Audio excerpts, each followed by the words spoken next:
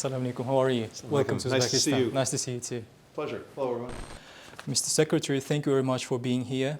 I want to start by asking about the current state of relations between the countries of Central Asia and the United States. Has anything changed in the U.S. foreign policy toward the countries of the region in light of current developments in the international arena, especially after the war in Ukraine? Well, I think we've had, first of all, long-standing relationships with each country going back to their independence. And the foundation of that relationship has been our strong support for the independence, the sovereignty, the territorial integrity of each of the countries of Central Asia.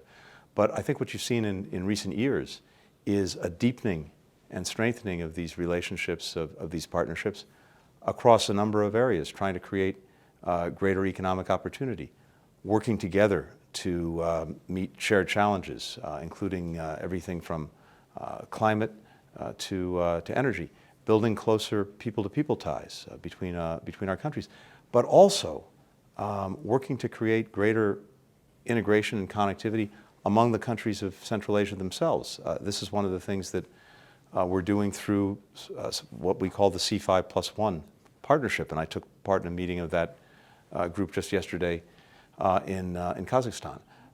So I think we're seeing stronger partnerships, and for the United States, our hope is to be a good partner, and a good partner in working on shared challenges, in bringing more investment to Central Asia, and also in helping our partners build the capacity of their own people. So we're working in all of these areas together. You know, the Central Asian countries have long ties with Russia. It is the key trade partner, and it takes time to diversify the sources of investment and income. To address this issue, you said in Kazakhstan that partner countries of Russia that suffered economically as a result of the sanctions would receive certain compensations. Could you please elaborate a bit on that?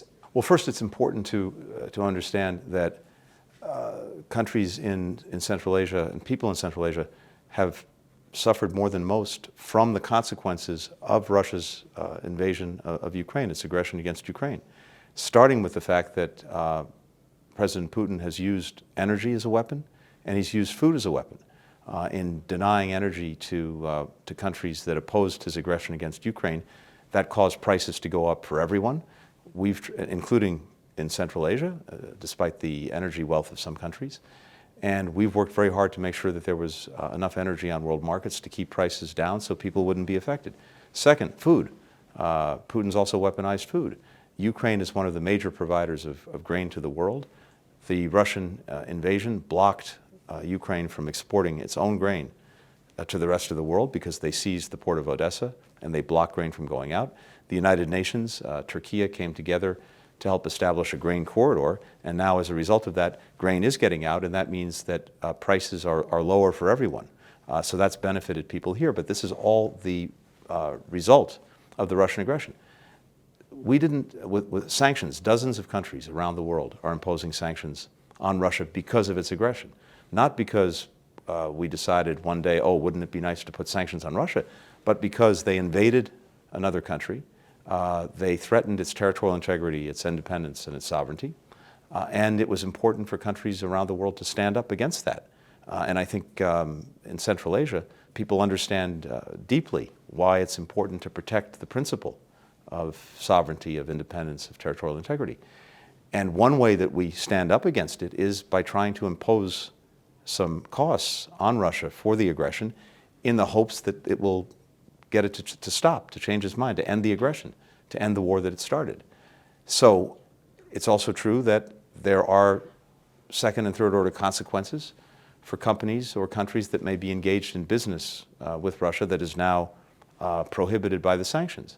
And there we've tried to work closely with countries, including in Central Asia, to help them understand exactly what's required and what's not required, to make sure that precisely for the reasons you say, sometimes you have a long-standing business relationship and it takes time to end that relationship. So we're giving time to companies to do that as necessary, what we call a wind-down period.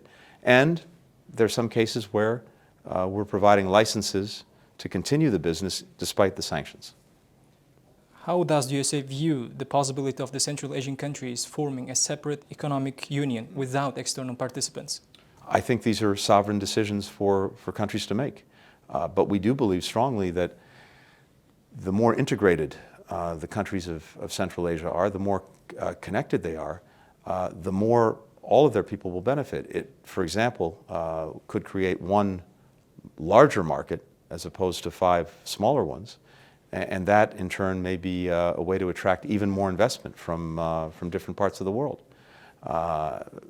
Facilitating connections, facilitating trade, facilitating investment within Central Asia also will, I think, create even more economic growth that people in all these countries will benefit from. Now, the decisions about how to do that, how to organize yourself to do that, those are decisions for the countries to make, not for any outside country to make. The United States left Afghanistan, but certain security problems still persist there. Are you planning to establish any communication with the current government of Afghanistan? And what's your view about Uzbekistan's position regarding the country? Well, of course, we do have contact with the Taliban, and we've had contact since the takeover of Afghanistan by the Taliban. Other countries do as well. But what happened at that time was, among other things, the Taliban made certain commitments about how it would govern the country and engage with other countries. And at the same time, countries around the world made clear their expectations in a resolution of the United Nations Security Council, what it expected of the Taliban, including on protecting human rights, especially the rights of women and girls, including on having an inclusive governance with everyone brought in, not just the Taliban, including on freedom of movement for people to be able to go and come from Afghanistan as they wanted, and in acting against terrorism, against extremism, if it's wherever it's taking root in Afghanistan. And unfortunately, what we've seen ever since is movement in the opposite direction by the Taliban, not making good on any of those commitments. We have been the #1 provider of humanitarian assistance to Afghanistan because we don't want the people to suffer, and they are, but we've worked very hard to make sure that food, medicine, basic supplies were made available to them. The Taliban's made that more difficult by prohibiting women's participation in the delivery of humanitarian assistance. So in each of these areas, things have gotten worse, not better. If the Taliban expects to have more normal relations with other countries, including the United States, it knows what it has to do. It knows the expectations of the world. And I think countries like Uzbekistan, other Muslim-majority countries, do have a special role to play because their voice may be more meaningful, more important to the Taliban than ours or other countries. And so we appreciate and applaud the efforts that countries like Uzbekistan have made to communicate with the Taliban and to make clear what's expected if they're going to have a more normal relationship with other countries. Are there any plans to expand cooperation between Uzbekistan and the USA in educational, humanitarian, and social areas? Can we expect the easing of the visa regime for citizens of Uzbekistan anytime soon? We want to build up our people-to-people connections, and we're working on that. And we're already doing remarkable things, for example, when it comes to education.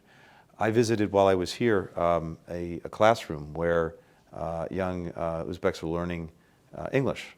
And it was remarkable to see because these young people had been, I think, working on this, studying in this class for just 3 or 4 months, and already they were incredibly fluent in English. We are working with the government to help train English teachers. We have now trained more than 10,000 English teachers in Uzbekistan, heading to 15,000.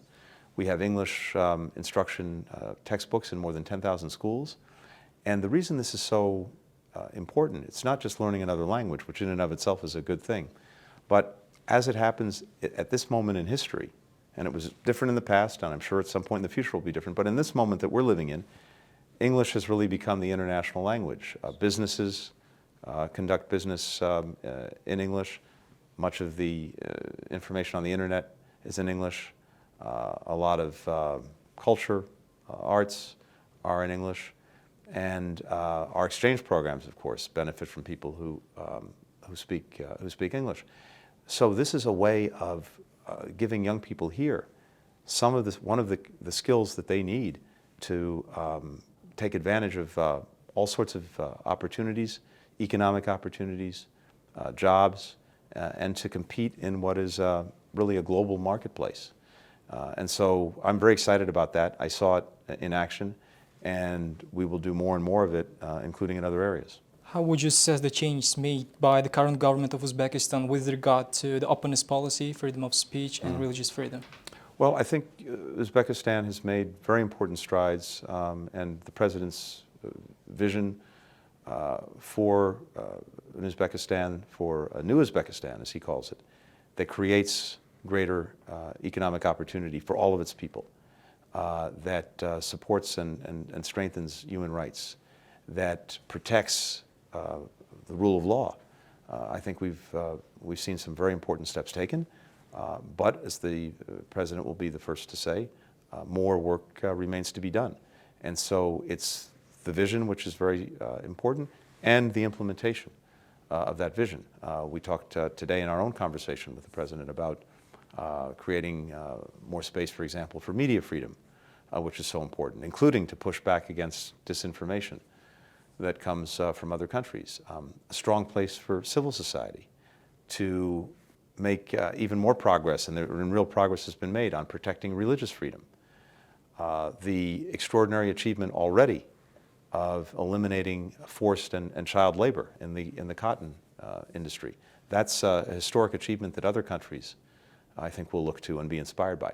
So I think there's a strong vision and a strong path forward, and our hope is to be a good partner for Uzbekistan as it continues on that path. Mr. Secretary, thank you very much for your time. We really appreciate it. Very good to be with you. Really Thank good you to so be much. with you.